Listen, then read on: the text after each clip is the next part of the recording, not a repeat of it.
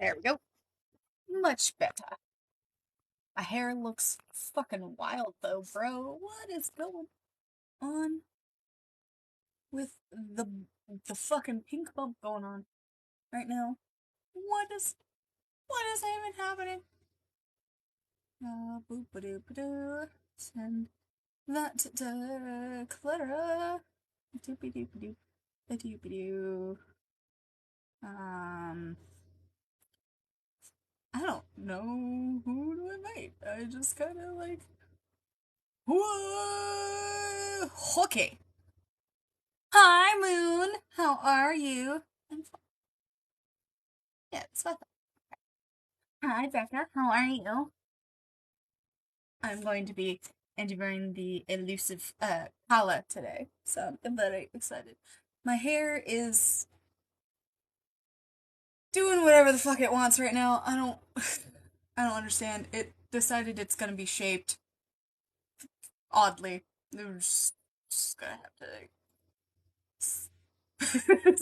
fair, fair. I'm doing good because, well, okay, so I was doing amazing, and then I had to take a break from writing because wrists, and I'm in the middle of a,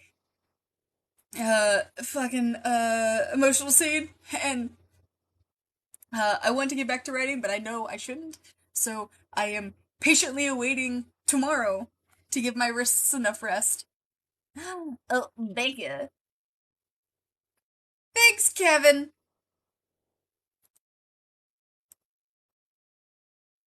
Well, while I am awaiting for Kala,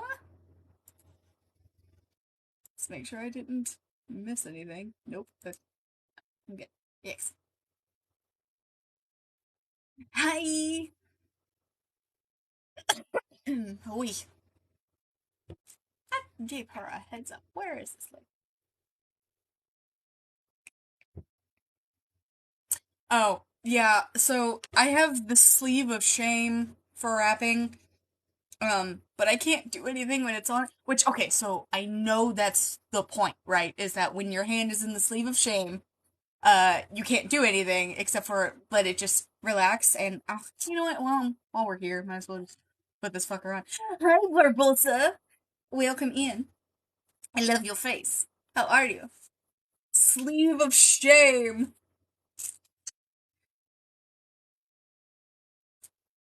Because, like, it's uncomfortable to do things in the sleeve of shame, except for just having your hand. Wow.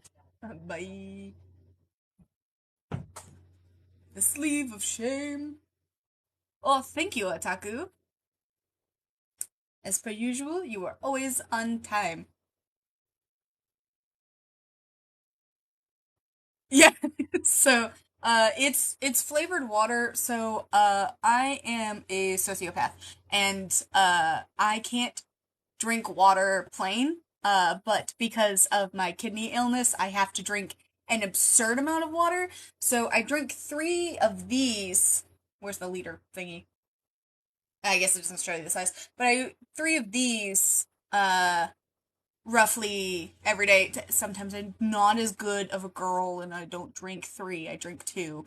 But I try to drink three a day because Mama's got bad kidneys. I'm doing good, Otaku, thank you. But it's Mio. What did I say? Uh, yeah. Unfortunately, when I was in college, I decided, hey, I don't know why. I wasn't allowed to drink fun things when I was a kid. I'm gonna go buck wild and just drink a whole bunch of stuff that's not healthy for me. And then I went to the hospital and they're like, you can't do that anymore. And so I have had to drink an absurd amount of water since. Uh, I did get a matcha milkshake from Wawa though. That is really good. And boba tea is like my weakness. Uh, so I was born with non-functioning kidneys. Oh yeah, the hydration. Um, I was born with non-functioning kidneys, and so like all my life my parents were just like, oh, we're just going to control what she drinks and what she eats and all that stuff so that like it takes care of itself. But they never explained to me what the problem was. And then in college I went buck wild, balls to the wall, put myself in the hospital, and I haven't been able to drink since. So we just all hydration. Yep. It's the life. It probably is like not necessarily all my fault, but uh genetics and yup. My doctor wishes that I would drink water without flavoring, but we settled with if I put even like a dash of flavoring in my water, I can drink as much water as I need to. Uh, but if you make me drink water and the taste of my mouth is the only thing I taste, I'm not drinking enough. I'm promising you that. Where is this lake? I I love tea so much, but I have to watch how much I drink. Um because like sugar and cream in tea is not the best. So like every time I have like a cup of tea in the morning, or if I have boba tea while I'm out, I have to essentially have to do double the water per whatever I drank in the first place, which is ridiculous. But unfortunately, when you have woken up to pains in your organs, having no idea where it's coming from, and the doctor's like, "Hey, by the way, it's your kidneys," and they're trying to go, you know, you start drinking a lot of water. Yep. Hi, Azalea. Well, thank you for joining us. That means I was like, yeah, go drink your water. Why do you think I make those drink your water good girl videos? Because everyone needs to be hydrated. Yeah, it's the it's the give or take. I when I could, well, I guess I never really could, but when I did drink, I didn't get of the sloppy toppy. Oh no,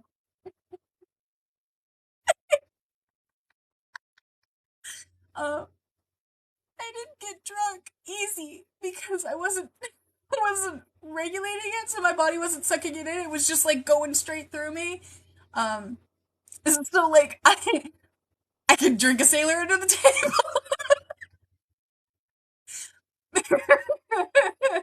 No. Uh, the worst part is like matcha is my favorite, and I love a good green tea with honey, but I have to like drown it out with water afterwards. So like I'm a fish always. Don't make fun of me. I don't. Do you know how much braining it takes to think words and write books? It takes a lot of braining. Calla, where are you? Swear to God. I already sent her. So, lady. Looks like I'm gonna be doing this interview solo.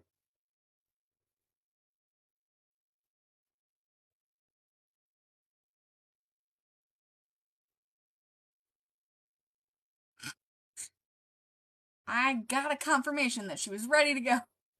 Oh, thank you. Uh, it is. Uh, I figure, if I'm gonna dye my hair, it might as well be really, really bright. So here it is, as literally as bright as I can get it. I do need to redo my roots. Oh, thank you. It does. I was green there for a while, and then I just kept coming back to I want to have pink hair again. So, against my better judgment, I bleached my whole head after having it green for quite a while, and hello, bleached my whole head, and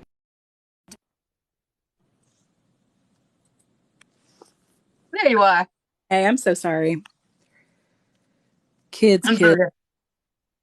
Yeah, you have the children, so Oof. Do I ever? I'm here though. I'm here. You're here. We've survived. That's right. Um, I, how is the Velo doing? I haven't done it yet, because as I learned, it has to be um like 4 days. They like takes 4 days to do it. So 4 days for it to post? yeah, so you can only schedule it like you have to schedule it 4 days in advance.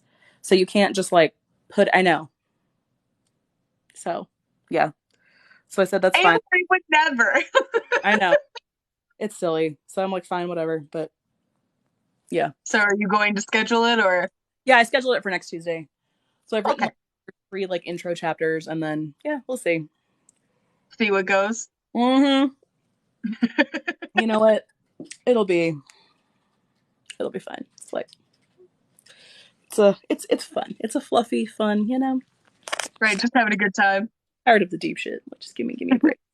So are you writing ahead or are you writing and then posting like as soon as it's done? Yeah, I'm gonna try to write ahead. I've written like a couple more chapters. I really wanted to be caught up to like Thanksgiving because it's like a story about like a school year. So it's like I'm hoping to like catch up to like that time by the time I post it. So like Mhm. I don't know because I wanted to like cash in on the Christmas vibes. So we'll see. Yes, absolutely, as much as possible. Ex- Why I specifically was like, no, I need to make sure at least one book goes out in December. yep, you got to cash in, man. It's easy to do too. Right, any way that I can. Though Exactly. next year, if I'm smart about it, next year I'll actually plan for like an actual holiday themed book Oh, instead of just a book. that's pretty smart. I This year feel I you. was like, I'm just gonna put a book out. No holidays, no No, thoughts, no, zero thoughts behind these eyes. I feel you. No, I do that stuff too. Mm-mm. So yeah, I'm hoping to cash in, and then like it'll go through May. So like I don't know, I can drag it out for a while. We'll see what people think. So it's fine.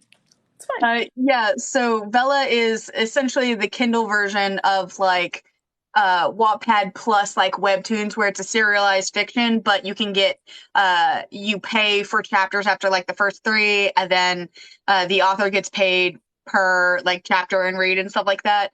And it's a whole lot of math. Yeah, it's um, wild. but I'm excited to see your series through because like how well you do and my other friend Petra is doing. I just wanted to get sushi, but I accidentally got kidnapped by aliens. Like she's doing Oh, cool. That's cool. Villa, and I was like, you got to tell me how Mhm. that goes for you, because like Mhm. if it goes well for both of you, then I'm actually going to commit to doing one. Right. No, I'm gonna make one up. I'm just gonna do another like a paranormal. I feel like paranormal does better. Like that's my experience in general is that people just prefer it. I don't know. So I'm gonna try my hand. It's been a while since I did PNR, but we'll see. We'll see. That's right, because your other is a school, but no magic, big boobs. Exactly. Exactly. Exactly. So it's been a while since I did any PNR. So yeah, we'll roll with it. We'll see. We'll go ahead and Yeah. start with the interview. For anyone who doesn't know, hi, my name is Lizzie Strong. I am a monster romance author where the monsters are spooky, scary, but the romance is cute and cuddly. You can find me here on the Click Clock pretty much on every social under this username because indie authors got to promote. It's so frustrating, but True here story. we go. And also at lizziestrongauthor.com. My books are available in KU. And if you would like to read any of my stories, just understand I specialize in queer monster romances with a splash of chaos. So they are cute and cuddly, but I cannot emphasize how much pretty much everyone is bisexual. Across the board, short of like Odette and Xena, who are straight up lesbians, everyone's usually bisexual. So with that out of the way, go ahead and, my love, introduce yourself, who you are, what you've written, where people can find you, and like any cool updates or like shout outs you would like to do. Oh, okay. So my name is Calla. I my genre, I don't know. A while ago I would have told you I was a dark new adult romance author. Now I am branching into rom-coms. So I am currently in Kindle Unlimited. You can also go to my website, callaclaire.com. I have a new series dropping on Tuesday in Kindle Vella. Yes. So then the first question, which is the one I've been wanting to ask, what has been your journey? Because you started out with the E-Rock crew, and then we got a fun, interesting story on Sunday about how you like dove into westerns and then went, ooh. Ooh. So like, what has been your journey, and how has that been for you as an author? Yeah. So it's been a lot. I started with fan fiction, of course, Yep. Harry Potter fan fiction, and then um, fan fiction is crazy. Just it's too much. Yeah. It's a lot, so it's not something I'm gonna you know, I was eventually figured out like, oh, I can't keep doing this because this is just bananas. So Right. yeah, so I figured out. I guess I was still writing fan fiction when I had my son, and then after he was born, I was like, the parts that I'm the best at in fan fiction are like parts that I could apply to other things. So like, how do I Mhm. make money at this? And it was like, oh, you can write these like these little shorts and put them on Amazon. And I was like, well, I got a lot of time on my hands, so let's do that. So that's what I would do. So I started doing shorts. Yeah, a lot of those, did a lot of experiments, did different pen names, tried so many different things. Just so yeah, and then like one of my most successful was the westerns. So that's how we got into that. Yeah. Oh, a question in the comments is, has poking westerns or monsters made you more aware of indigenous lore? Uh, because you are doing the native Right. month.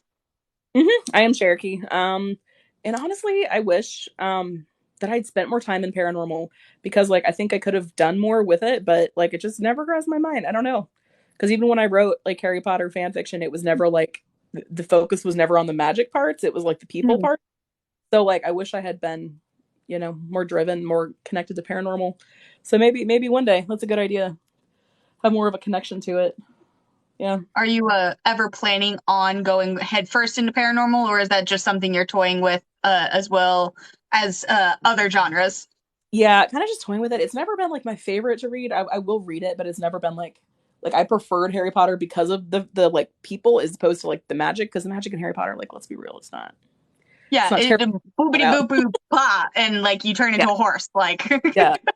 It's long but shallow. Somebody described it, which is very true. Like so yeah. So my interest was never in like you know, it's an opportunity, but also much more work. Yes, yes, it is. Exactly.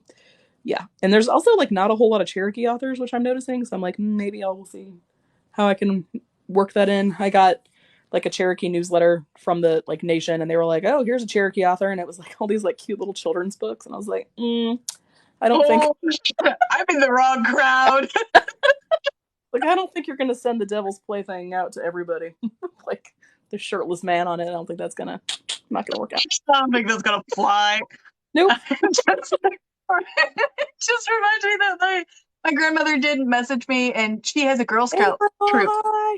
Oh, she does? in Washington, and they were all like collecting books from authors that they know, either by like they've read their books before or they're a friend of a friend or whatever. My grandmother, as the troop grandma, was like, Oh, "Oh, my granddaughter's an author," and I was like, "Please tell me which one you bought for the troop."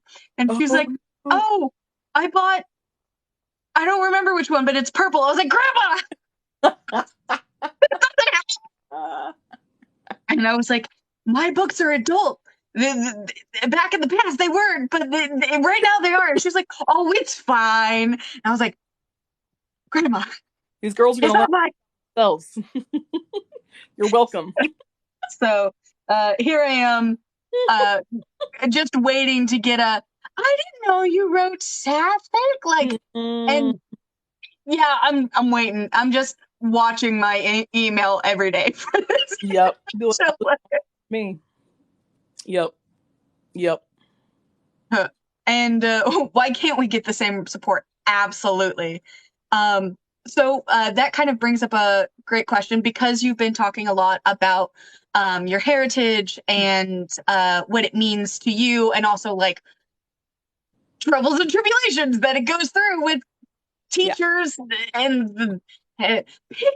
a native name. Like, how Oh my, more insulting could that have been? yeah, yes, yeah, Um, yeah. so what is something you would like to see change, either like in the next year, the next 5 years, around the community of Indigenous authors, or around just the publishing community? It's a good question. I guess it's just that like the biggest issue that I realized after like that situation with my son's school, which like we haven't updated, we worked it out, but it was like that, yeah, it was pretty bad. But it's just that like, the general public, like, and it was no, she didn't do it intentionally, but the teacher assumed Right, that Native American describes like one group of people. So it's right, never the name of the actual tribe, which is Wamapoeg, that was involved with the quote unquote first Thanksgiving. It's just like broadly Native American, as opposed to like hundreds of cultures that have all their own naming ceremonies. It's kind of like saying pick an Asian name, right? Because it's like, right. oh, you mean Russian? Do you mean Indian? Do you mean Japanese? There's hundreds of different ways, right? So I guess it's that, it's not like a blanket thing. It's like all these different cultures have their own, so I think it's interesting that it's like, I'm trying to think of like Sherman Alexie is like a really popular like indigenous author, and he's done a lot. I think he's Navajo, so he's done a lot of work with them. But it's interesting that it's like they're all different, but they're all similar. So it's interesting. Would you like to see Oh, you more right? Would you like to see more of them in a specific genre, or need, um, are you just hoping more for like just general awareness that they exist? what's interesting is that Evelyn Crowley sent me because she read my like Indigenous awareness. Hi, Annie. And she was like, what's interesting is that like I can't find any Indigenous romance. Like she's finding all horror, which is fascinating to me Mhm. because it's like I don't know. It's like I wonder if it's like a cultural thing. Like is it like the trauma? Like is it the trauma? Like It might be a little bit of the trauma. that why we're writing the horror? So it's interesting. She was like because she was like I love I want to help the community, but horror is not my thing. So you know so it's interesting that there's not a lot of romance, and I'm wondering if that's I'm curious. Is that your new foot in the door? Exactly. I'm curious. Could be it. Everything can become a marketing That's moment if you just that's right. take hold of it. Exactly. So that's my goal. Um, so then, with that kind of in mind, what exactly is your brand? And it doesn't necessarily have to be like a genre. It can Right. just be what you want your name to stand for. I really like the banter. Banter is like my thing. So any banter of any kind, really, that should have been like what I named myself, but I didn't because I was like on a time crunch. No matter what, it's just the dialogue. It's the banter. It's the like there's never a clear cut. I don't even want to say enemies to lovers because like that's a contentious term, and they're not always like strictly enemies, but it's usually like a dynamic of like we don't get along, and then like we work our way to you know my brand is awesome sauce. It is awesome sauce. We like that.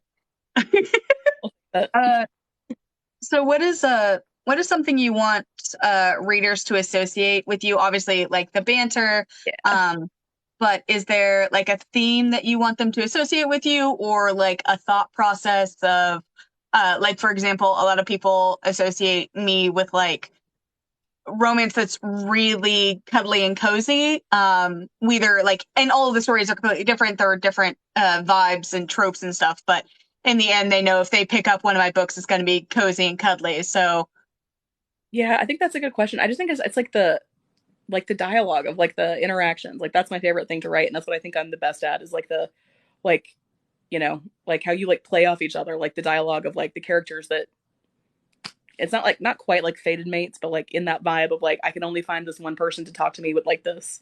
So that's like what I want to convey. like that.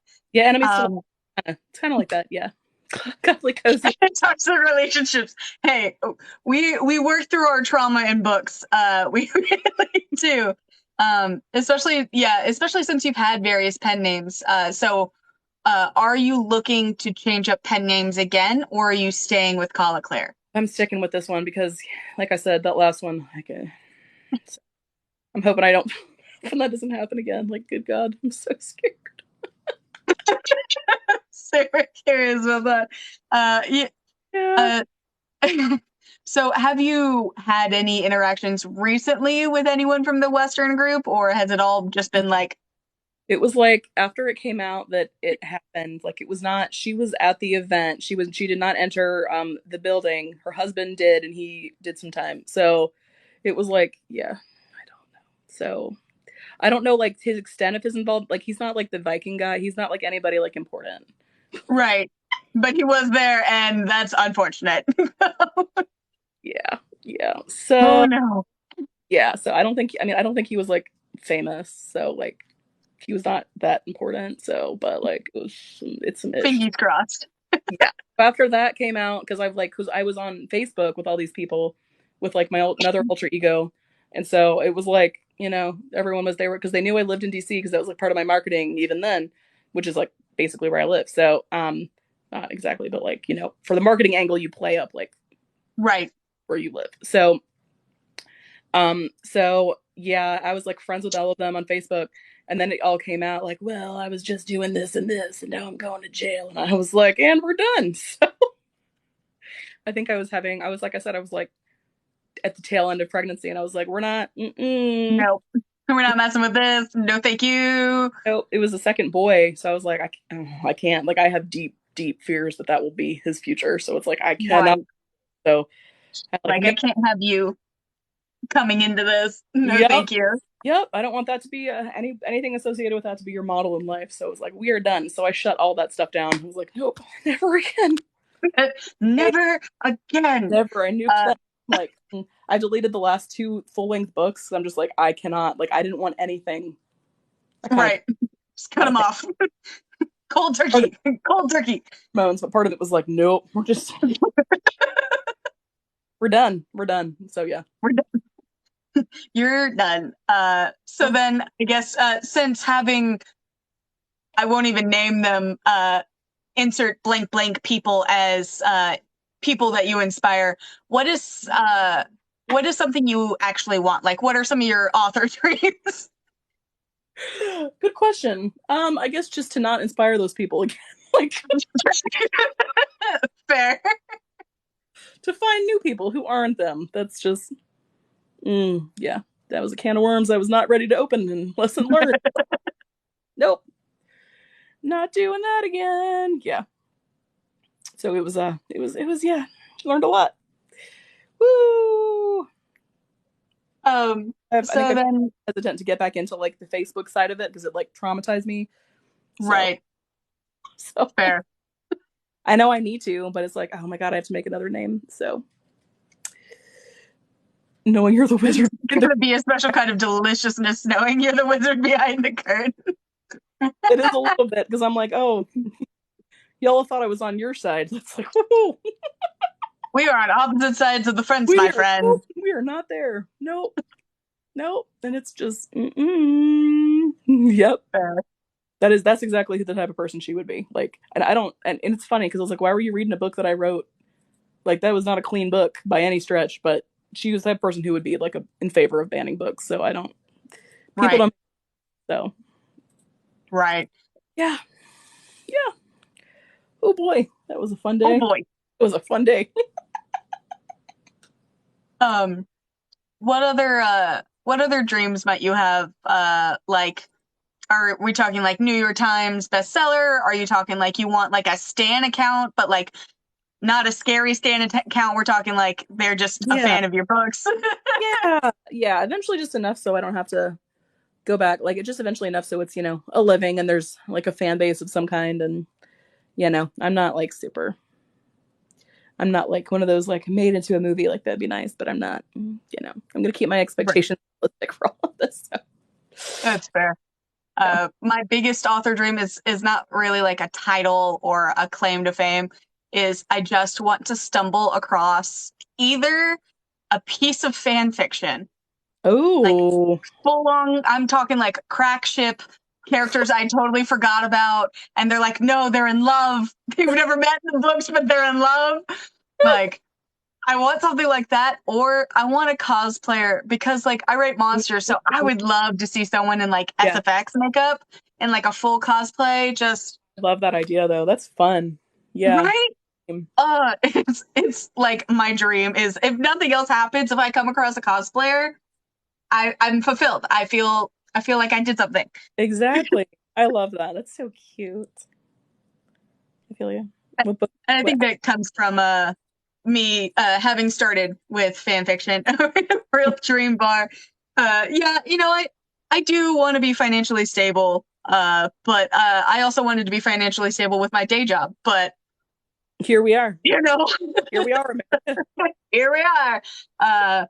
So I'm looking at those fanciful dreams. But since we both have fan fiction in common, and we both wrote Harry Potter fan fiction, for giggles, did you write any particular pairing, any particular trope?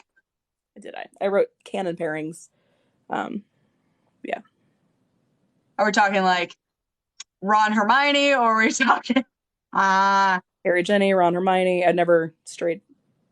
I have one Rima Dora. That's it. Yep. But I don't even really like them. Like I don't. You know what? I just did it because it was like for the lulz. You know. But right, for the lulz? That's fair. I was a horrific OC person, and I think that's really where I should have understood that I was going to be a romance author eventually. Because mm, my own characters. I like that. So is your original like OG story from writing fan fiction, or did you write before you started writing fanfic? I wrote before I started writing fanfic. I went with Kensington. I wrote like a rom com in like when I was young, like right out of college, and then it got picked up, and then I didn't realize like the extent of like I thought like I was like, oh, they want like my book without realizing like it was like not that great of a deal. I mean, it was still like trad, but it wasn't like high. Right, Okay. So there's different levels, I'm sure, as you understand, of trad and what trad means. It's like technically right, a press is also trad, but it wasn't a vanity press, but it was like so. right. So I still have never seen, in my opinion, anywhere near as much as I should from that. So that was when I was like, I'm doing indie because this is Yeah, redonkulous. I joke. I used to do Yeah, Pitch Black and Riddick fan fiction. Dear gods, what does that say about me? Um, I'm not surprised. I'm not surprised. but I love Pitch Black. It's a great movie. We watched it a couple weeks It is ago. a good. Yeah. So that kind of brings up the question: what inspires you when you write? Is it like movies, other books, the fever dreams? Like, Yeah, it's just like any bantery stuff. Like that's just like I'm a sucker for that, man. Or like pining, like either one of those. Like even like I got like big on Schitt's Creek and almost wrote some Schitt's Creek fan fiction because like the ending, I was like, oh man, I'm into this. Like I'm big into this. I'm big into this, man. Any like sad ending is like, yep, that's it. that's it. I It's did write soulmate. I've at gotta have it. a young age. I wrote Titanic fanfic as well. That probably was my. Did you at least fix it, or did they also croak at the end? I think they all died, and it was like a sad memory. Uh, oh no. That explains so much about you. I can't Right. even like actually explain it. Like, I can't tell you what that says, but it says something really strong. It does. But Yeah. oh, so Yeah. then are there any like there we go, we figured it out. It's the sorrow queen. Yep. Are there any book recs or any books that like if you were to either do comp titles or adjacent titles, what would you suggest to people? And she does feed on the tears. Yes. Oh man, I was VC Andrews. Like that's my ride or die. Like any VC Andrews book. Like oh my god, they're so terrible. But like it's like I feed on it. I feed on it. I can't help it. Like Right. for living like you and your sister are locked in an attic and you do some things and then oh my god, I can't with it. But he's secretly in love with her. It's terrible. It's terrible. Like why am I so into this? It's terrible. It's terrible. And I'm not even into like the cest part of it, but it's like the pining of it. The sadness. Yeah, that's the worst part. And Yeah. like that's the problem with like taboo romance is that I am one, a nosy bitch. Yep. Two, as long as it's not happening in my life, I live for drama. Hard same. Hard same. My life, completely boring. The books I read, salacious. Scandalous. Absolutely wild. Yep. right? I just need them to be absolutely wild. So like I can't try and like Katie Roberts, Your Dad Will Do. I was Oh. foaming at the mouth for it and just and like I can't explain to people. It's just there's something so visceral about reading something you know you probably shouldn't enjoy, but you enjoy it anyway. Yes, there is. Oh my God, that was me. Sixth grade reading VC Andrews. Like, Yep. this is safe. This is a normal thing for a girl to be reading. In It also kind of explains Cassandra Clare, but like, yes, exactly, exactly. Yep. but Uh, apparently Twitter's not quite ready to have that conversation. I bet not. Oh yeah, Stealing Your Dad by Cat Blackthorn, absolutely. Hmm. Um, so then that kind of begs the question: what are your favorite tropes slash like tags that like when you see a book, if it has it on there, you're like, ooh, Any like long suffering pining or like it's carrying an eternal torch. Sign me up, man. That's like I'm there. And that's you're gonna suffer, but you're gonna be happy about it. exactly. That's why I like the Harry Potter canon pairing. So I was like, oh, everyone's miserable. Let's go. Every sign me up. They've gotta be miserable. Yep, exactly.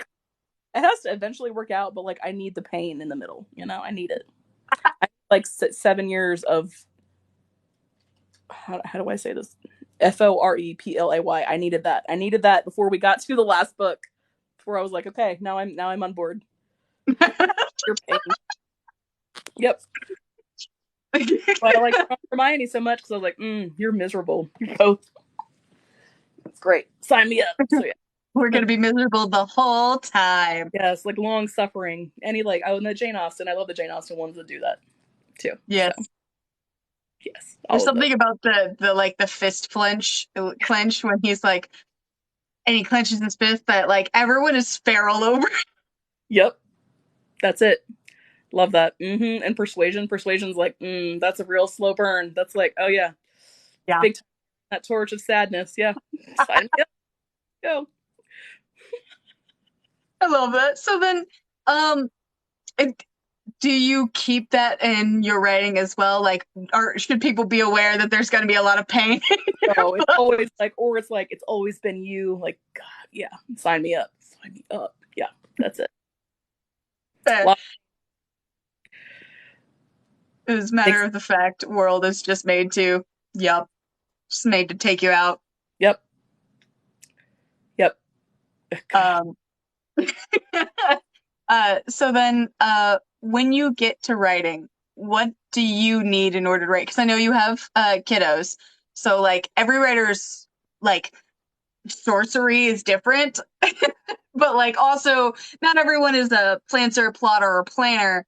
So like what are you and what do you have to get your mojo flowing? Good question. For my bully series, which is like now that I'm thinking about it, there's a lot of pain in that. So this explains a lot. Yeah, that's a lot of like I'll be honest. That'll be me. I'm fine with that. Yeah. Your new So tagline. yeah, those books I have to have like I have to follow a very specific plan, and that's like why it's so hard for me to write them because it's like there's so many things going on, there's so many moving parts, and there's so many like characters. It's like a set of five, and each of them they're friends, and it's like but they each have this like complicated backstory and all this stuff they did, and so it's like it's a lot. It's a lot of things going down with that. So it's a lot to keep track of. So I can't just write that on my phone like when my kids are running around, whatever. So Right. yeah, so that's why I really like this rom com series because it's like doop doop my notes app. Let's go, 600 words. I can do this. So So then when you're writing in your notes app, do you just like copy paste into Google Docs yeah, or exactly. Yeah. fair? I can't write in my notes app because everything I write in my notes app is illogical. Because that's where when I wake up in the middle of the night, I'm like, but what if he's a dragon? And I type it in my notes app. It doesn't make sense. Nope. Uh, do you ever get the orphan urge suffering backstory yet no need for more character? Yes. Yeah. How many people in your series don't have parents? Oh my god, like all of them now that you Solid family dynamics. We don't know her. Exactly. Or it's like they were cast out at a young age, like something horrible. Pretty much all of them have like, or oh my god, yeah, this is like terrible. I can even know. Okay, in the comments, like, I knew it. You're not wrong. There's something I feel like in like most either queer, BIPOC, or like everyone that is non like top of the pyramid of the food chain or whatever, that I have not found one with a solid good family life, except for maybe The Poison Heart by Byron. Yeah, Her yeah. her adopted parents, super supportive, fantastic. It's the only one. Healthy family dynamics, we don't know her. Nope. Uh, Her. That's a good point. That's a good point. I'm all about an orphan background. Parents are overrated, right? If if they're in the story, they ruin the child. If they're not in the story, the child's already ruined. Like, either way, no one's getting out of this safe. The best lose lose. Sign me up. Man, that should be my tagline. All the parents are dead. The parents are dead. And then, like 2025, you're like, I have a book that's going to surprise everyone. The mom survived. Exactly. What? What a twist. And for giggles, do you have a good relationship with your parents? It's complicated. Or a quarter. Can I say a quarter? If each Uh, parent half, I have like a quarter with one. There you go. uh, My mom and I are cool. My mom and I are cool, but yeah, Everyone else, nah. it's cool. That's okay. Yeah. I also, it's probably obvious with the hot pink hair and the monster romance, but I don't have a good relationship with my Oh, parents. So, if it wasn't already a screaming flashing sign. nope. I feel that. That's what it is, man. Parental background, but it is challenge. Yeah, it is because it's such a good motivation for characters if they don't have a good parental background. You know, your childhood informs everything about you, so Right. it's good for character. How how are they supposed to make the decisions I need them to make if they're not traumatized somewhere somehow? Because healthy, normal people don't act this way. Nope. Exactly. They don't fall for the tentacle monster in an Italian suit. Exactly. People with healthy childhoods don't stand like that. Yep. They don't marry the. They don't fall in love with the bully who's their bodyguard who, um, did responsible for some human movement things for years. They don't. They're not into that guy. He's too weird. Right? If I had a normal, loving childhood, I would have never considered him. Thank God everyone's dead. Exactly. Yep. Thank God all the parents are unalived. We love that. Makes more sense now. Um, at work the other day, oh no, he's one healthy relationship somewhere in the formative years. It's usually friendships. Like I'll do found family. Oh So yeah, I do a lot of found family as well. oh, Hey Miss, what are your thoughts on therapy? You have green hair. What way you been to therapy? Joke's on you. You think I can afford therapy? right. Substitute teacher, please. Please. How much do they think they pay Uh, you? Lord. um, so that kind of brings up one of my favorite questions, which is most authors consider um, writing as a therapy and getting to work out something. So, what are some things that either you've come to realize about yourself or like you've kind of gotten closure about through your writing? Oh, And it can be absolutely goofy. what a good question. It's just I guess it's more of like how much I value like the pining. What does this say about me? Right? No, yeah. I had like an ex-boyfriend and I think I like only dated him for as long as I did because he liked me when we were in seventh grade. And that's the only reason I dated him because he liked me from seventh grade to ninth grade. And I was like, well, Oh, that's it. That's it. 2 whole years. That's all I need. That's as he long. pined for me, so therefore we have to date at this point. Exactly. That was pretty much the only reason I dated him. Yeah. So That's kind of a. I think it's Fair. so romantic. I'm just weird. I'm so weird, man. Like that's my thing. And the less you say, the better. Like, never said a word. Great, sign me up. Sign me up. My heart is yours. Great. Something wrong with me. Oh. We love that. um, but what are some other things you may have learned through your journey as being an author? They can be like business advice or like general being a writer, best tips, pro tips, stuff like that. What are some things you've learned? Mythical creature that feeds on tears. Yeah, sign me up. That sounds great.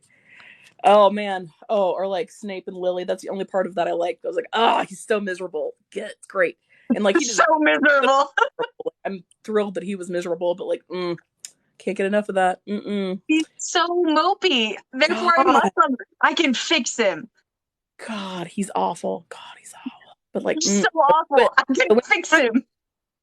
As exactly, long as he's played by Alan Rickman, I can fix him. exactly right, man. That's where they went wrong with those movies is making him hot. Because like, right. Because had they cast him ugly, everyone been like, no, no, Snape is who Snape is. But because they made him hot. He's of the red pill variety, 100%. That guy, absolutely zero doubt. Also zero doubt. He went and took that hair when she died, and he did some things with them polyjuice. There is no question with that. That's nightmare fuel. Things I think about when I'm thinking about pining. That person, why hot? Exactly. back, Exactly. back on topics. We didn't even talk about politics. Back on topic. Yeah. What are some things you've learned as being an author? Okay. This is helpful. I learned that I thought when I started writing my Western series, which is like a body positive series, when this was like years ago, I assumed that this was like a common phrase that people knew, but it wasn't. This was like 2017 and it was like not like in the mainstream. So I used all my like Kindle tags as like body positivity and got like no traction. And I was like, what's wrong? Why am I not? And I realized like nobody knows what that is. So it's like you kind of have to like separate yourself from like what you presume to be common knowledge and to accept like what the average reader is looking for versus, because it's like, and also consider the demographics of the average reader. Like by and large, it's upper middle class palm colored women. So it's not going to be people who are super into like, appropriate terms and things. Stuff. Yeah. So, Kenna, aren't you having a baby literally tomorrow? She's in the hospital being induced, like, oh yeah. Yeah, hi. I mean, I've read fan fiction when I was being induced, so I understand. It's okay. It's okay. Priorities, man. You got to keep yourself calm and relaxed. Suburban Sally. Yeah. Yep. 7 hours. Oh my god. It'll be a fun day. You'll be good. I'll be worth it. Hoping for your sanity and your health, my dear. Yes.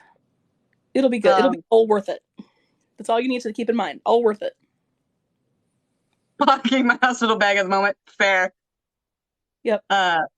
So what would you, if there's like a baby author in the chat, other than be mindful that common knowledge is not all that common, what would you advise baby authors who see you and like, oh, I want to do that? What would you advise them of?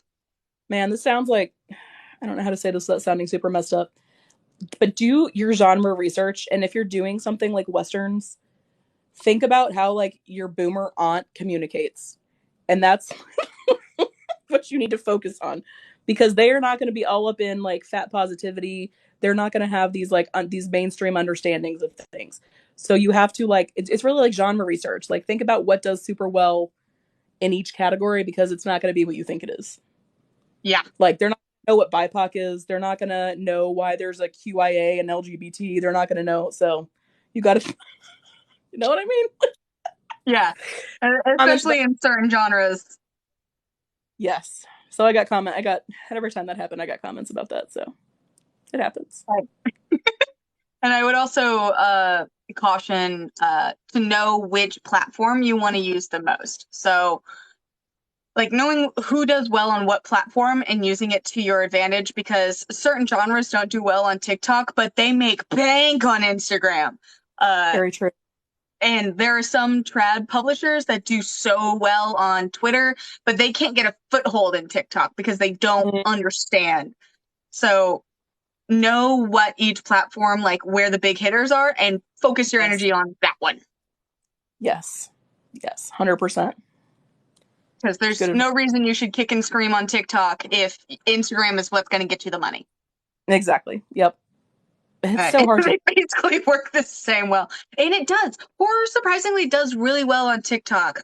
Those are the like romance and horror is what I've noticed are like really big Mhm. hitters here on TikTok. And then Instagram is more like I've noticed like YA, and like really weird genres that are kind of yeah. Niche. Twitter does well for a lot of authors as long as you're more mainstream. Yep. It's already a nihilistic hellscape. You're Fair. not wrong. You're not wrong. Um, Yep. so, with technology in mind, what is it that you use to like write your story? So we kind of talked a little bit about how you type some stuff on your notes app versus like your bully romance you were doing on your computer. What is your writing process, and like what do you use to write? I just do my phone pretty much. I mean, I'll go to my computer if I have like a second, but my kids are, you know, 1 and 4, and so if I have my laptop, it's like, oh, this is a toy. So I have all these videos of like my toddler like doop doop doop and just ripping the screen down because he's like, that's fun. So yeah. So when you have kids like that, it's like, oh, this doesn't. I don't have the type of kids who like some people on here, like Elle does. Your kids are great. You just like doop doop doop and like go and play their blocks and like don't bother her. Yeah, that's not my kids. So. She's been Woo! blessed. Ella's absolutely been blessed. Just know it. Every time I see her kids and her stories, I'm like, are you serious? Like they're just sitting there. What? Who are these children who like draw you? Oh my god, no, that's not my kids. So Fair. so like Absolutely fair.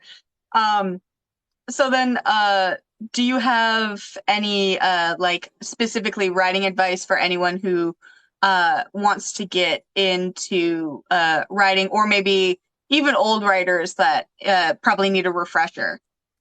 I would say, um, pick what you want to like.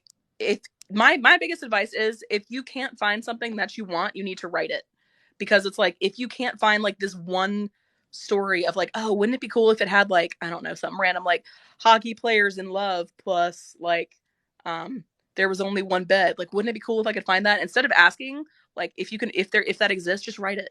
Just write it because you're the only one who has that vision. You know, you're the only one who Mhm. exactly as you think. We like it. We Yep. like it.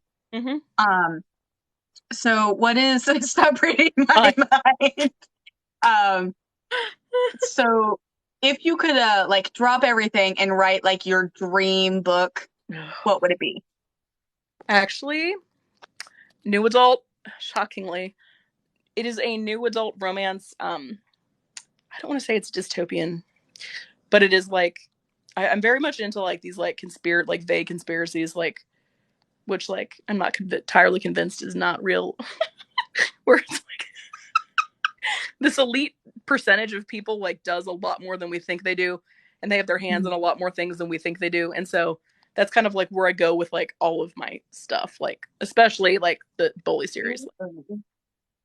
Ooh, I like that. Yeah. Um, so would you go more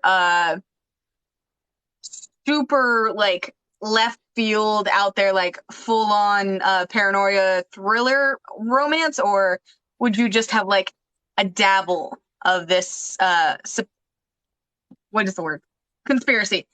I don't know why I wanted to say piracy. Yeah, I had this like whole thing planned out. I've never written it, never really started it, but it's like these people who have like DNA that can't be detected at crime scenes, and so they like are paid to like cause all this havoc because it like creates a public distraction from like what's really happening. So Ooh. they have like this chimerism, this condition where your DNA cannot be detected. So it's a real thing. So it's kind of like sci-fi, kind of like all these other things going on, but they don't realize they're like puppets for this like machine. Ooh, I like that. So I fully expect that by 2025. Thank you. Right, exactly. I'll give you a grace period of writing the next 2 years. There are people paid Um, for that. Exactly. That's what I'm saying. It's not even that unrealistic, right? That's a real thing, man. See? Yep. we Yep. love it. Yep. So would you ever write anything not romance? You know, I like thrillers, so I would write a thriller. I love thrillers. But um yeah, I would write thrillers. I love like suspense thrillers. I like it. Those Um, so then, with thrillers in mind, do you have any like favorite either movies or books or even podcasts that like give you those good thriller vibes? I love, of course, Gillian Flynn. Like any, sign me up. Any of those books are just so golden to me. And you know, I watched the series on Amazon that was like, it was okay. It was the one that she had. It was the Panini one that came out like right when the real Panini happened, and so it got Yeah. like no track because it was like too real. But it was like it was very off. Because have you watched it?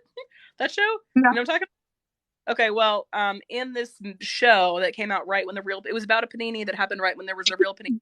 And in this show, the real like uprising was because the people wanted access to the jab that they didn't have, so they stormed the building to get that.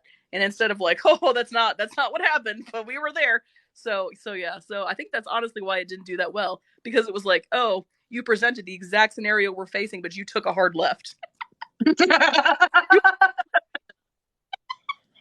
They said, "Watch this bet." Exactly. So yeah, Gillian Flynn, she's my ride or die. I would read anything from her, and I most like of that.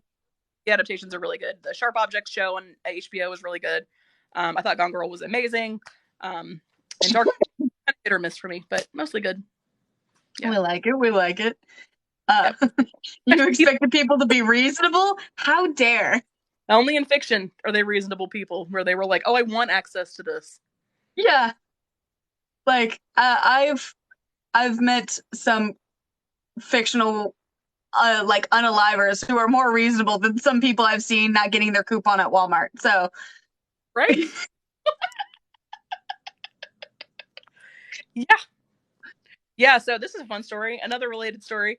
I was in line at CVS yesterday because I'm sick, and this woman in front of me has a state senator license plate. This is a true story. I took a picture of it, and she starts screaming at the CVS lady, like screaming. They were like, "What's your name?" And she screams her full name and birthday. So I know who this lady is. I just like Googled her on my phone. I was like, "Oh yeah, I'm your constituent." And she is screaming at the lady at CVS with like her state license plate, like the state senator license plate right in front of me. Yeah, yeah, that really happened. Who are these people, man? who are these Mm-mm. people? Who are you people?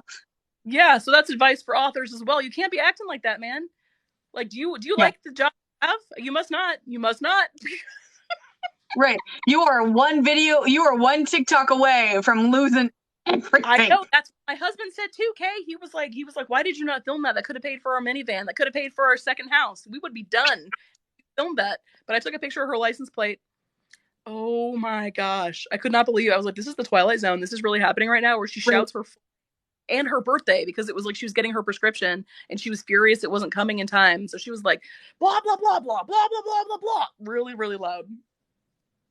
Man has priorities. My name is blah blah blah blah blah blah blah. Yep, exactly. It was wild. Wild days in this terrible town.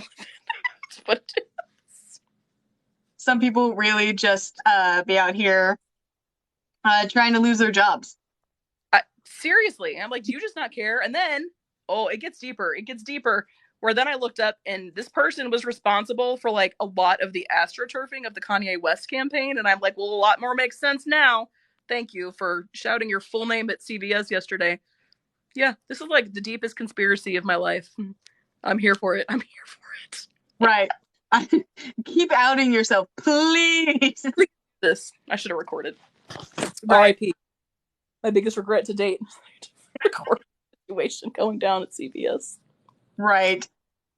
And they're both absolute nightmares. Yeah. Next time, absolutely Seriously. record it.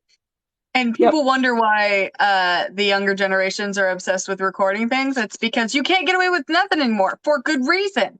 Yeah, exactly. Oh No, my we're not gonna gosh. let you get away with it anymore. Um, so I guess that kind of begs the question of what what has been like a moment that as an author you've either regretted or been like, oh, wish I hadn't have done that. That would be my whole Western series. Well, that was after. So it was like the second or third like full length like novella length. Exactly, because they're getting caught. Exactly, that's what it is. And if I had done it, like she would have shamed me. Like I'm sure, and she's also an attorney, and I'm sure I would have like gotten a summons. So it's not worth it. Like all in all, she's a very powerful, connected attorney, and it would not have been worth it. But it's like, oh my Right. gosh. Oh. So that would be it. It would be my second or third like novella length I wrote after a bunch of shorts that had these characters that were she was a sassier woman according to the reviews, and they liked her they didn't like her because she was too sassy, and they liked her better in the prior relationship, which is textbook DV. They preferred that. They said that in the review. So after that I toned the next person down, and then that led to my slow decline of just Right. yeah. So what has been an author communist Calla? I wish. Maybe that could be your next Western title, though. I'm sure that would do really well. It's Sure gonna do great. It's gonna do circles. It's gonna do all the rounds. Whether you like it or not, that book's going viral. That's right. This town isn't big enough for all of us. All our horses are community property. Real hard left. Like, we're going right past sassy and like inclusive straight into communism. It's fine. It'll go on queer folk music TikTok. You know, some random book Instagrammer is gonna be like, I found the most underrated, beloved Western I've ever, and it's just Communist Cowboy. I'm gonna write that now. You know what? I have that pen name. Why not mess with people? Like, I'm tired of it. I might as well. You might as well. Inspired. Just start stirring the pot. This mountain is all about like lumberjacks, but nope. Not anymore. Not anymore. Now we're opening a pantry. It's gonna be fun. Just imagine like everyone's like, oh man, metrics are down, no one's doing really well, making any money. You drop Communist Cowboy, you make millions. You're not wrong. And that's the thing with I've learned with fan fiction too, is like the thing that you think is the not great writing of yours does the best. And it makes no sense. Yeah. Yeah. Anything lumber snacks coop redneck. Not wrong. Yep. We love some lumber snacks. Oh yeah. Oh yeah. Oh man, I lost the plot. Where were we going with that before we got into Communist Cowboy?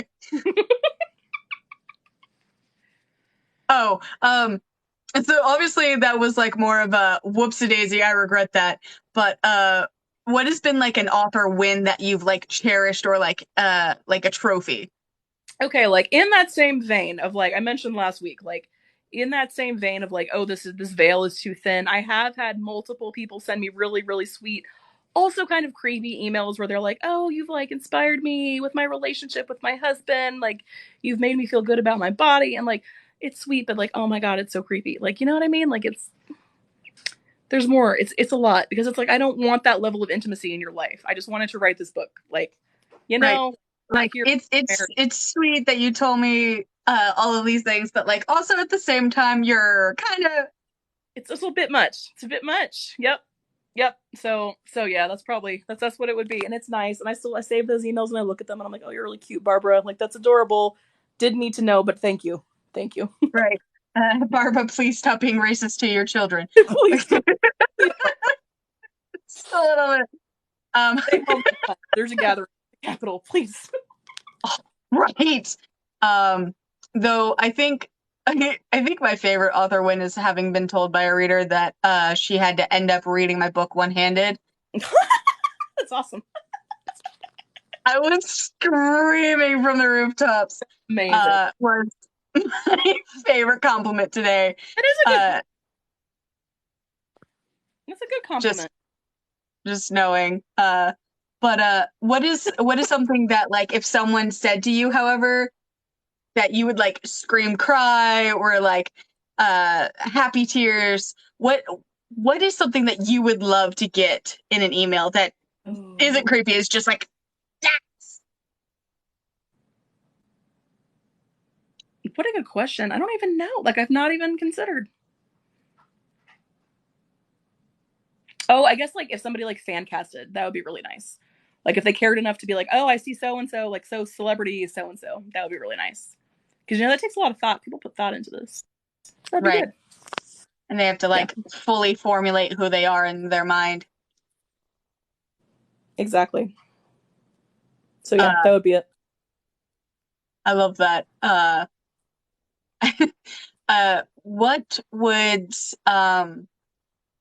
What would inspire you to pick up a book you didn't finish? If somebody I knew told me to read it. I'm very susceptible to peer pressure. Wouldn't take much. But if somebody was like, oh, I want to talk to you about this, I'd be like, okay. And I would do it.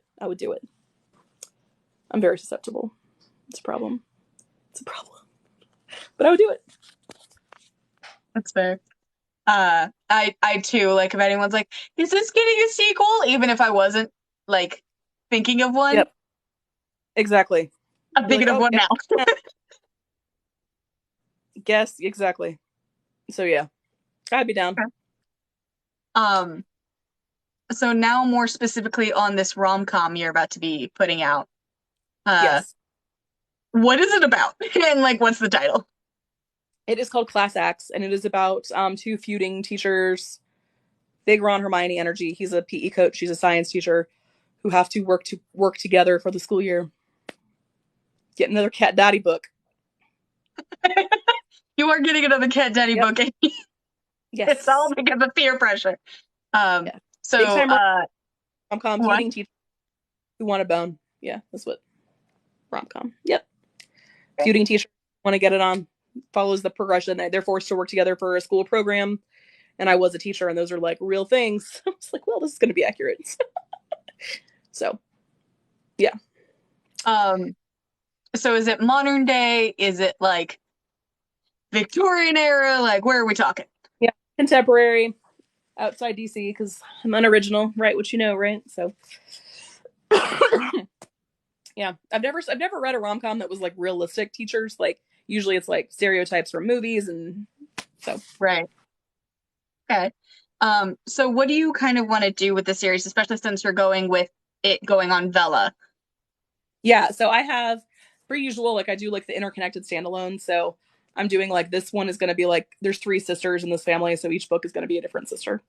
So the next one is the paleontologists, who were like the feuding paleontologists.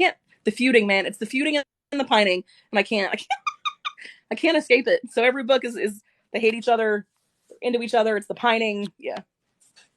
The fighting masks it, So that's what the next one is, the paleontologists. And then the third one is going to be the stunt. She's a stunt double. So is it going to be on like on a movie set, or? Yeah. I'm excited. Yeah. So where did the rom-com idea come from? Or did you just like wake up one day and you were like, you know what? I was in a Harry Potter server, and a lot of Harry Potter servers, and somebody was like, hey, what if we did this? And I was like, oh, yep, I'm going to steal that. That's exactly what happened. Yep. So, yeah, I checked back with them, and I'm like, what happened after this? And they're like, oh, this. And I'm like, great. And just take it. and they don't care. So it's like whatever. Fair. Um, so what we kind of discussed on Kay's live, but for people who are here in this live, why did you decide to go from like darker new adult to a rom-com? Yeah, I have two small children, and the darker new adult, like it's also like a thriller, like it's kind of like a cross genre thing. So there's like a lot going on, and it's like this bigger, like larger, like conspiracy. It's a lot of plot, and it's too much. It's too much for me to do. Um, Knowing that my child is sick constantly, like so he started. It's true. He started preschool at the end of August, and this is the 10th time he's been sick this year, and so I constantly lose childcare. I don't have access to. I can't be on my computer writing, so it's like I can't handle something with that level of complexity day to day. So I have to be able to do it on my phone. I figure it out. So I was like, well, we'll take a break. We'll do something that's like a lot simpler, a lot clearer, and figure it out. The The school school terms germs are are awful. it's so bad. It's so bad. Yeah. Fair. He's home like until I was like, he got sick Tuesday night, and I was like, yeah, we're not going back to school till after Thanksgiving. We're not, because I'm done with this. I'm so done with Right. this. He is now sick. So yeah. So I was like, well, Right. great. Confirmation doing the right thing, because this is ridiculous. Yeah. Yay! Yeah. So then have you ever like done full rom-coms before, or will this be your first foray into rom-com? Yeah, my westerns were like Western rom-coms, so it's really not my favorite. It's not my favorite. But it's fine. It's okay. It's just, like I said, I like this. I like Sorrow Queen. I like the sadness. I like the pining, and so yeah. Right. So then I guess that begs the question, when is the breakup in the book? Is it like halfway? Is it like fourth quarter? Like when does the I'm big pain start? time like formula. I'm a formula girl, so I'm like big time third act breakup. Yeah, I'm excited. It won't be for a while, and then there'll be lots of spice. Lots of spice. Lots of spice. Yep. So I'm excited to see how all this goes, especially with Bella. So then would you, because I know you write Spice and you were also with the E-Rock crew, what is your favorite thing about Spice to write? Oh, it's finding ways to say things without saying things. Like I loved, and like Diana Gabaldon, like she got problems. I get that, but she is so good at painting a scene without using any of the words for it. So it's like I really, really admire that style of like exactly what's happening, but she uses none of like the anatomy. She uses none of like the like traditionally like cruder. Like I don't think they're cruder, but like people would consider them like cruder terms. So she uses like exactly what's happening, but it's so like fluid and seamless that it's like artful. So Mhm. that's my favorite thing, is to like not be explicit with it. Well, to be explicit, but not like Right. to convey without doing it is my favorite. You We need like more that? pain. And yeah, I should. Make There's them always, break up in the first and the 15th chapter. yeah, I mean they hate each other, so there's always pain, but it's always like it's also like I'm really into you, and that's the pain, and I can't be with you. You know? Expose Yeah. it without being gratuitous. Yes, that's my We favorite love thing. that. I'm a firm So believer in purpose. Like I don't have like, well, with the Vela series, I will admittedly probably have random scenes in there, but in general, I like to think that every scene has like a function. Like there's a reason the scene is here and this and this. So like it. yeah. Yeah. So then I guess that begs the question, what is the least favorite thing you like to do that has to happen when you're writing? Ugh. It's like if I am like so overwriting like one part, I'll just like skip to the next one. Like I'm on that right now where they're having like a confrontation scene at like a drag brunch, which like you think would be really fun, but it's not, because there's so many like moving parts going on, and I'm like, I want to get back to the banter. So I've like already skipped ahead the bantery part with the people, and I'm like, bring me back to the pain. I don't want this fun drag brunch. I want like the pain. So that would be it. It's like the transitional stuff. Okay. So how do you eventually get back to those parts that you don't enjoy writing? Like when do we get back to this? I bribe myself with sweet tarts ropes, which are my favorite candies. Solid, solid. All right. Learning how to control you. We love this. It's a Right. whole lot of PR boxes with sweet tart ropes. Yeah. Yes, they're the best. They're the best. I buy them like, my husband's just shaking his head like we've gone through so many of those this year. I had to like, oh, see you on Sunday. Bye See bye. you on Sunday, my love. So how do you balance like your spice versus your plot versus your pain? Um Ooh. yeah, so how do you balance that when you're writing? Rope candy.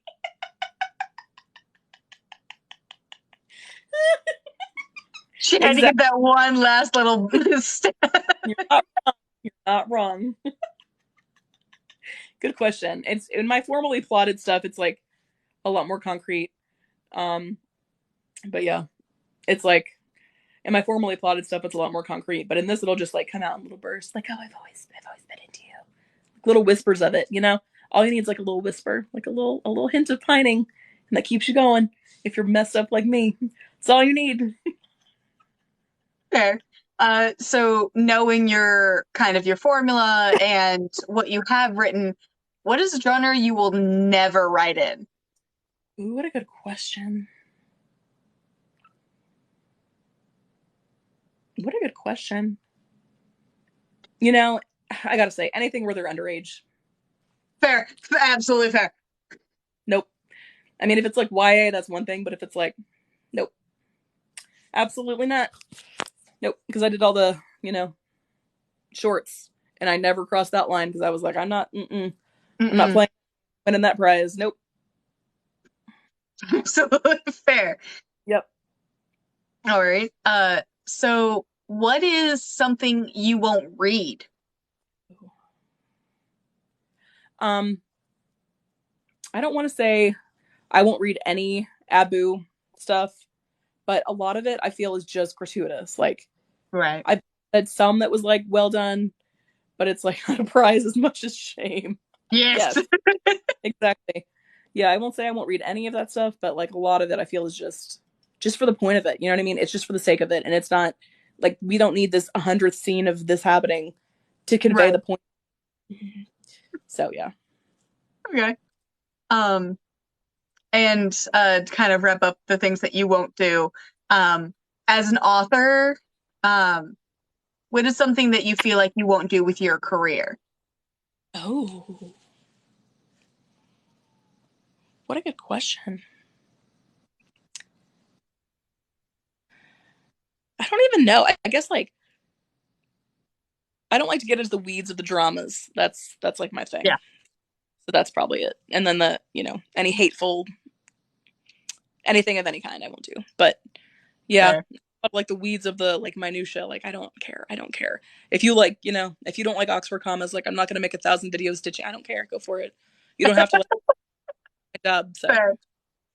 Especially since I live under a very peaceful rock yeah. in my monster cave. And then people were like, "Oh my God, did you hear what happened with Karen and talking with Ophelia?" And I was like, "Who are these people?" I Care. don't No. like. I didn't hear about the classics girly until weeks after because people had already stitched, but like I didn't see the stitches. And then people were like, "Oh my God, classics girly." I was like, "The who?" Yep. Nope. Don't I did And not care. I don't care. Okay. Let her have that opinion. I just feel like, right. like what I see, I'm like, you have to look at it and be like, does that opinion detract from me in any way? And 90% Mhm. of the time, not. It does not, you know? Fair. So, I like that. Um, so here are the fun questions is um if money, time, and effort weren't an issue, hmm. what would you like to do? And this can be non-book related. Ooh.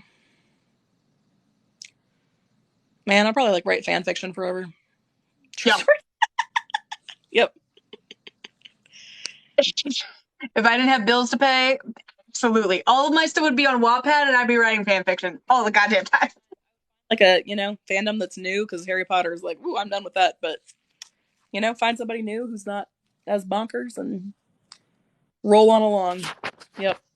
I mean, the Gotham fan fiction girlies and Stranger Things are coming right back around. So I bet good for them. I have faith that they're better together than I Harry. my entire Twitter feed is just full of steady. It's Eddie Munson and Steve Harrington. It's just all steady, and it's like they're really cute, but I am so sick of seeing this. Yeah, yeah. I feel you. Mm-hmm. um, so let's say like a movie producer gets into your inbox, right? Need to pick an obscure fandom. Say five, Emma. Um, Jeopardy. what Jeopardy fan. Honestly, talk about a weekly serialized fanfic because you could come up with new episodes. You could do the fandom Jeopardy where like you just pull different fandoms into your Jeopardy game.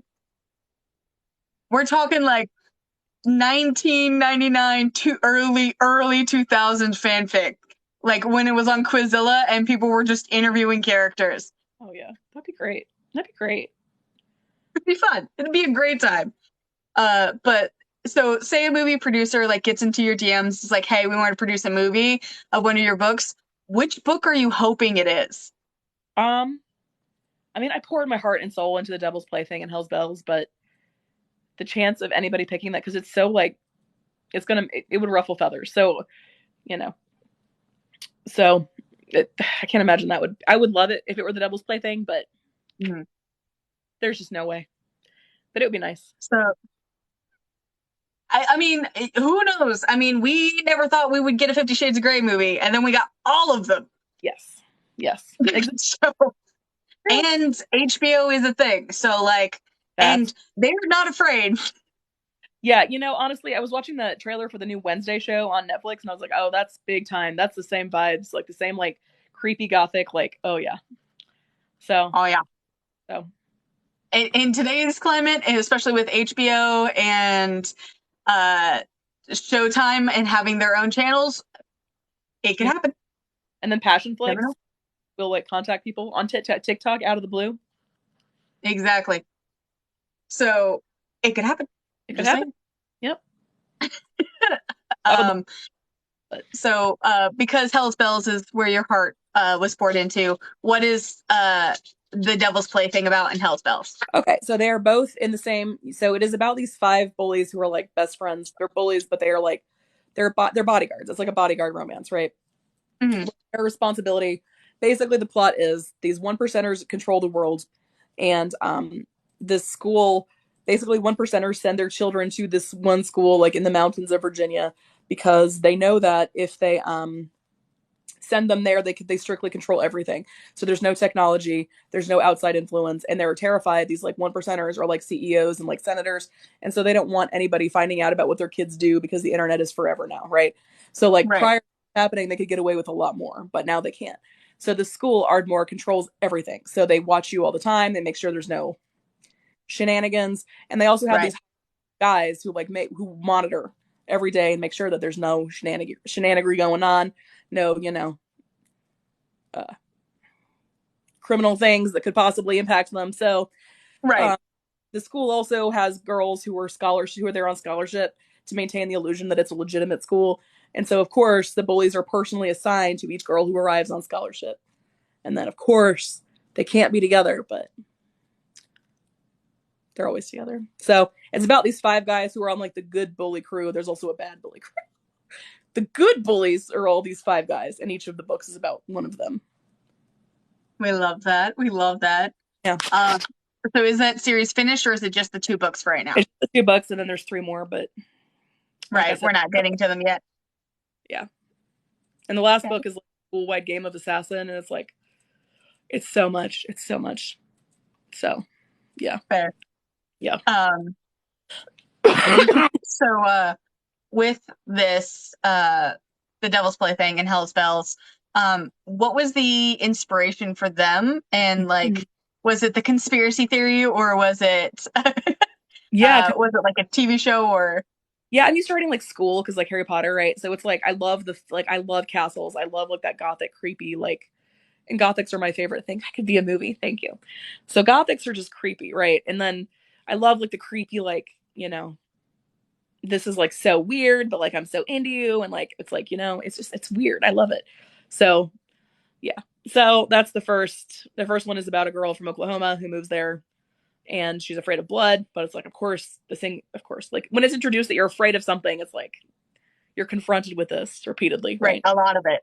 Yes. So yeah. So for giggles, what is she confronted with a lot?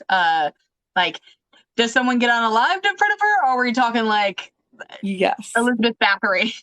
So there is a scene, I'm really proud of this part, where she is there's a haunted house. They produce this like indoor haunted house in Camelot, which like the bullies live, and they I'm afraid of money. Afraid of money.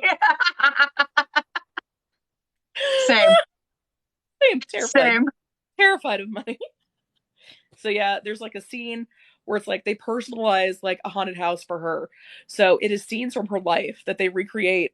The bullies and their crews recreate like to the exact detail. So she witnessed her uncle be unalived in a car accident. So they find the exact model of the truck and put it in, and then like force her to like witness like the same thing, and then put stills from his examination of him as an unalived person like on the screens around her.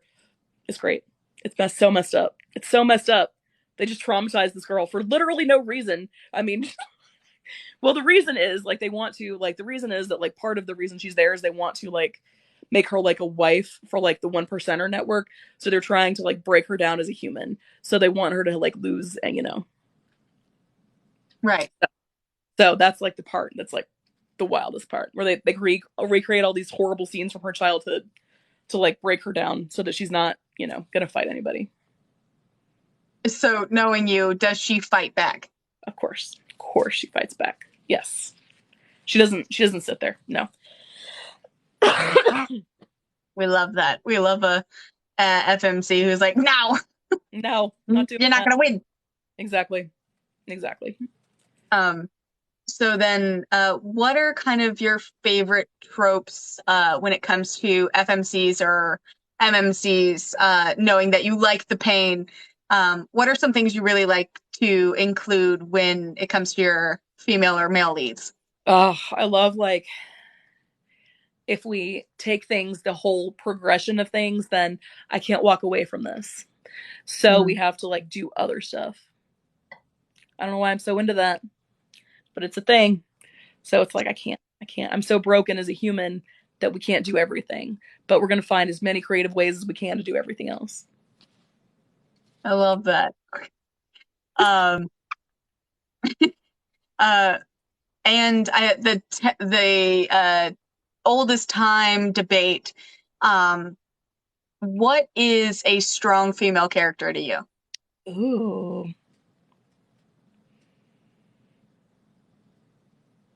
What a good question.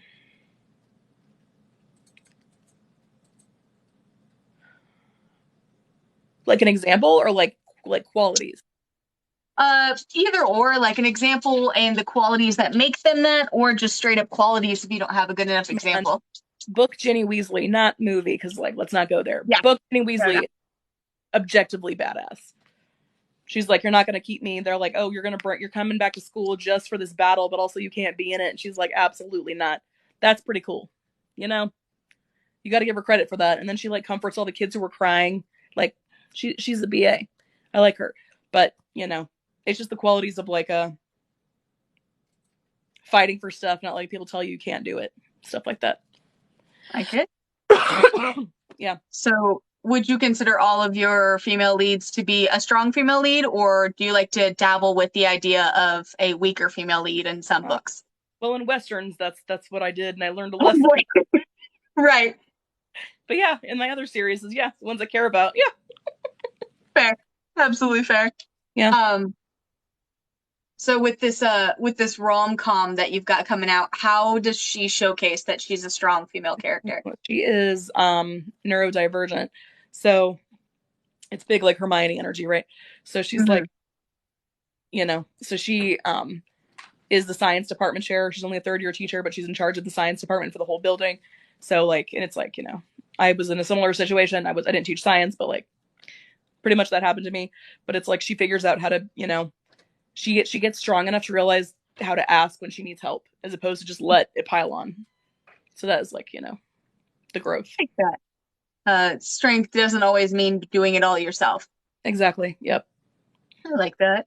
And for giggles, have you already thought about your paleontologist people, or are they still just a vague idea? Oh, yeah, I figured them out because I was watching a dinosaur show with my son, and I was like, oh, Oh that yeah, guy. We're writing about Robert. Robert, that was his name. That's his real name. I got to change his name for the book. You see? right. Just in case. Yep. So yeah. Oh Uh, yeah. so then, would you classify any of your books as like It's exactly. romancing the bone? Bone, I am your superior officer. Uh, sorry, I enjoy Brooklyn Nine-Nine a lot. Can I am busy. Can you not boop me? Um, her head is now booping my arm. Aww. Oh, look at this puffer. Would you classify any of your books then as like plot driven or character driven? Gosh, my bully series is all plot because it's so much. But yeah, this one can be character because I can like take my time, Right, meander through Bella, see how this goes. right. Meander, enjoy it. Exactly. Um, Yeah.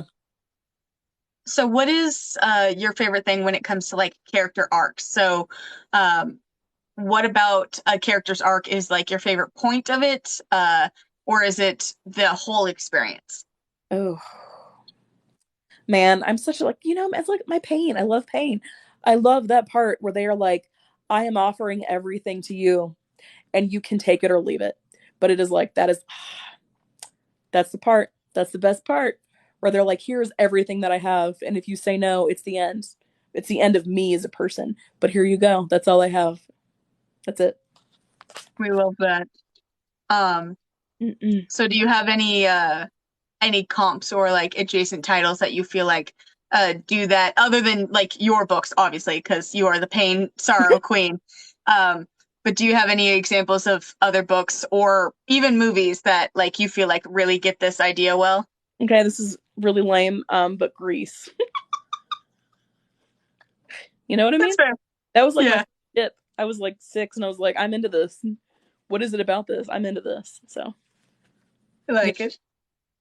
Um, so then kind of along those lines of the future for Calla, because obviously we've talked about your journey, we've talked about your current works in progress, and your views on your characters and stuff. Um, are there any events or any like cons or anything like that that people are going to see you at? Yeah, so Golden Angel, I shared it like she was right next to me at the White Women's Book Fest that was in October, which was really really cool. She has given me like so she gave me so much good advice about where to go because she was like at events like this that are like for writers, you won't necessarily get a lot of sales because people know what to expect and everybody who comes in might be into something totally different. So like you might have people who are only into children's books. So like your dark stuff is not going to be for them or people who Right. are like graphic novels, so like that's not going to be for them either. But she was like, if you go to like AwesomeCon, like a general like nerd type geek convention, you might have a lot of success. She says that's like the Hmm. most successful place she's been because people like did not expect to see authors there. So they're like, oh my gosh, you're the author, and they would buy it on the spot because it's like I like yeah. that. So do you have any currently in the works, or are you? I want to go to AwesomeCon super bad, so I signed up to be like a vendor there. That's in I think May or March or April, something in there, something in the spring. So yeah. Um, is that something you want to do all year round, or are you kind of doing like one or two a year? Yeah, it's well, my kids are little. We'll do 1 or 2 a year, and then we'll see how we do. But Okay. Um, yeah, and since you're kind of venturing into Bella, which is kind of like the new frontier for authors, especially indies. right. Oh yeah, no, I definitely want to go to RomCon as Oh, well. good. If I had the money. Yep. Um, but what do you think is kind of like the next evolution? So you've got your your published books, you've Mhm. got your serialized fiction and Bella. Where do you either think it's going to go, or where do you want it to go? Oh. I just want to be like, I guess fairly successful with it. Like, I see, so I just like it to be successful. I would like a ton of chapters, like 600 chapters, like a bunch, and then a bunch of likes and a bunch of comments, and you know, just that it's an enjoyable thing to read, that people feel like they haven't wasted their money. So, Right. Freak a lich. Now that's some nonsense I would write. Is a lich romance. Coming 2024. I love it. Do it. Lich. I'm waiting. Yes. They go to Bone Town, but it's not where you think it is. I know we were talking to my server about like what are we going to call this book, and we were like, I liked flirtatious, but it's spelled like Cretaceous. It's great. I love a good pun. Any pun, sign me up. Absolutely. Yep. Absolutely. As Lish. So then, what is like your 5-year goal before we kind of wrap up? Man, what a good question. I'd eventually like to get to the point of having at least 5 releases a year. So when my kids are a little bit older, when that's more doable, that will be my goal. So hopefully it'll be that. Yeah. Okay. Yeah. So And then are you talking like full releases or like baby releases? yeah, I would like to have at least 2 or 3 full length a year, and then do anthologies. And I'm so excited for anthology. I've never done one, so I'm really excited. I'm really excited for that. I'm so excited for Beaver. Me too. It's gonna be like a Fated Mate Beaver Selkie Hallmark movie. all of the Beaver goodness. She's like inherited an inn, and it's like, oh, the man who was the handyman Beaver Selkie. It's a Beaver. Surprise! Beaver! Of course, they hate each other. Like, it's gonna be good. Right. They have to. Like, yep. Little bit. Are you the Queen of Sorrows if even in your anthology they don't hate each other a little bit? Exactly. Maybe she maybe it's like her childhood home. Of course he wears suspenders. Of course. He has to for his handyman work. And he's gotta like flick them off with 2 thumbs. Like a bad old bra. Exactly. We love that. So then what books do you have currently like planned out for readers who are here now that you've got coming out this year? And then obviously you're going to be at Awesome Con next year. So are there any other events you're going to be at? Not that I know of, but I'm always open. I never hear about them because I'm not on Facebook because like I ran away scared. So I need to rejoin that. I need to find out. Fair. I've heard there's a lot on the East Coast. Like the East Coast is where it's at in terms of like the events. So yeah, there's like 5 in Florida every year. Wow. Yeah. And I miss every single one of them. Oh. And I live here. Right. But Florida's big. Florida's a big old state. It is. In order to get out of Florida, it's about 10 hours. I know, I've been thinking about that. But you're right. We're so long. Yeah. And I've also heard the further north you go, the more southern it is. That's yeah. Like the closer we are to ground zero where we're at the ocean level, the like more free everyone seems, but the more north you go, the more banjo tall grass they are, and it's yeah. Oh yeah, kids, I'm in the Cocoa Beach area. Ah, gotcha. I'm closer to Orlando and Titusville. I'm in that kind of wonky circular location. Barbosa, who's in here, is also close to me. I'm about 45 minutes from just showing up at her doorstep. Get in this room if my dogs would decide if they're going to be in or out. They're like, oh, we want to be in. Oh, no, you closed the door. I've got to be out. That's right.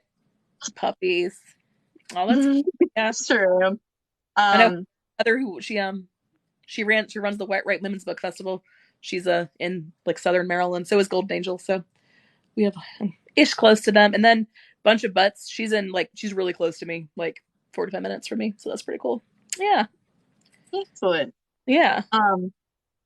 So I guess one of the last questions is, if someone was in this review or in this interview and either didn't catch some of it or like completely goldfish brained it, what is something you want them to take away from having met you or seen this interview? Ooh. I guess just like I'm good at the pining and the banter. So if like you want something that, like it's like, you know, yeah, that would be my thing. Like if you're really into like the pining and the sorrow of the love, but it'll work out eventually. But like you have to go through the pain to get there. If that's what you want, I'm your girl. We love it. So we're here for the pain.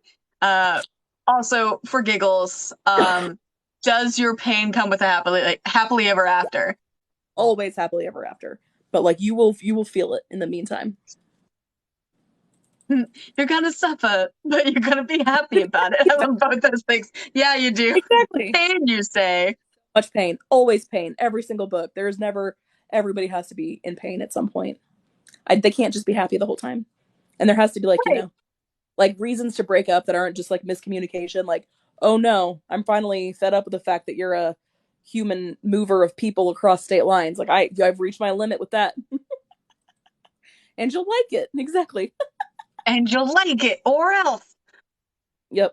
So what are some books you want to kind of like push or promote after having had this interview?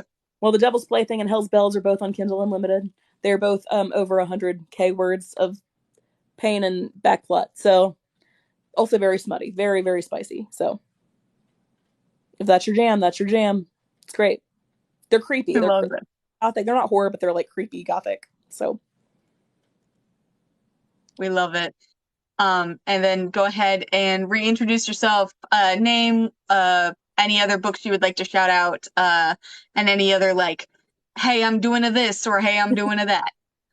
my name is Calla Claire. I'm a dark new adult gothic romance author. I have a rom-com Tuesday, but all my books are in KU right now.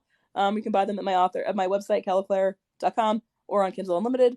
Yeah, a lot of Sorrow's Queen, and also writing a rom-com. Absolutely, we love it. So is there anything that we didn't touch on, or something that you anything you want to bring up one last time, or like harp on? Oh, I am an Indigenous author, and it is Indigenous Heritage Month. So if you'd like to support your local Indigenous author, I am available on Kindle Unlimited and Amazon. Are there any other like videos that you hope people will see when it comes to Indigenous like support, or anything you would like to shout out when it comes to that? Yes, I'm going to be doing 3 videos of like things people say when they hear that I'm Indigenous. So that'll be coming soon. But I'm also going to have to give an update about my son's school and what happened with that. So that'll be all of those are coming very soon, within the next week or so. So can't wait. So obviously, follow Calla's channel, keep up with the updates. They are fantastic. And as always, hi, my name is Lizzie Strong. I am your Pink Menace host. I am a monster romance author where the monsters are spooky scary, but the romance is cute and cuddly. You can find me on The Great Zon or at LizzieStrongAuthor.com. I have one last book coming out this year. It's called Nymph on the Rocks. It is If You Saw Stranger Things and You Cried Because Eddie Munson Died, I fixed it. Don't worry. So, if you like rock stars and supermodels, but the absolute most goofiest people you've ever met in your life, you're really going to like this one. And I would like to thank you for joining me, getting on my live and letting me ask you a million questions. thank you for having me. This was so much fun. I'm so excited. And for anyone who doesn't know, all interviews within about a week will also be available on my YouTube channel. So if you, like me, are an ADHD squirrel and you can't watch a full thing through, that will be available for you to watch, start and pause all the way through. on YouTube, the exact same social. It's Lizzie Strong Author on the YouTubes. And all of my other interviews are there as well, including my interview with Nemi, my interview with S. Frazier, my interview with Kahula as well is up there as well. And I believe, Lila's will be up tomorrow. Yay! So I'm very excited. Oh. Well, thank you very much for joining me. Is there anything you would like to say before I bid our goodbyes? I don't know. I think that's it. Oh, I remembered. I'm also on a podcast briefly called Writing Romance in Color or Writing in Color. One of those. I will be very, very brief. I have a little message on that podcast on November 29th. So it's just called What's Book Talk Reading. So I'm going to be recommending my friends on that segment. So Yeah, so we're so excited. And thank you once again for joining me. Thank you everyone who is in the chat and engaged with our nonsense. And I would like to bid you adieu. Goodbye. bye. Thank you.